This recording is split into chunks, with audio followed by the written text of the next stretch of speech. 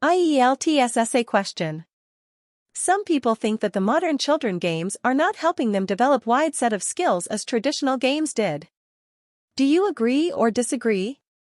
The debate over the impact of modern children's games versus traditional ones on skill development is a nuanced discussion. While contemporary games often involve digital interfaces and are criticized for potential drawbacks, they can also offer unique opportunities for skill building.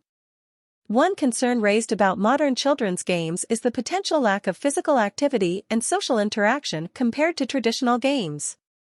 Classic outdoor games like tag or hide-and-seek not only promote physical exercise but also encourage social skills such as teamwork, communication, and conflict resolution. In contrast, many digital games may be solitary experiences, potentially limiting the development of these essential social skills. However, it is essential to recognize that modern games can foster a different set of skills. Video games, for instance, often require strategic thinking, problem-solving, and hand-eye coordination. Games like Minecraft encourage creativity and resource management, contributing to the development of spatial and logical reasoning. Moreover, modern educational games designed for children aim to blend entertainment with learning. These games can cover a wide range of subjects, from mathematics to language skills, offering an interactive and engaging way for children to acquire knowledge.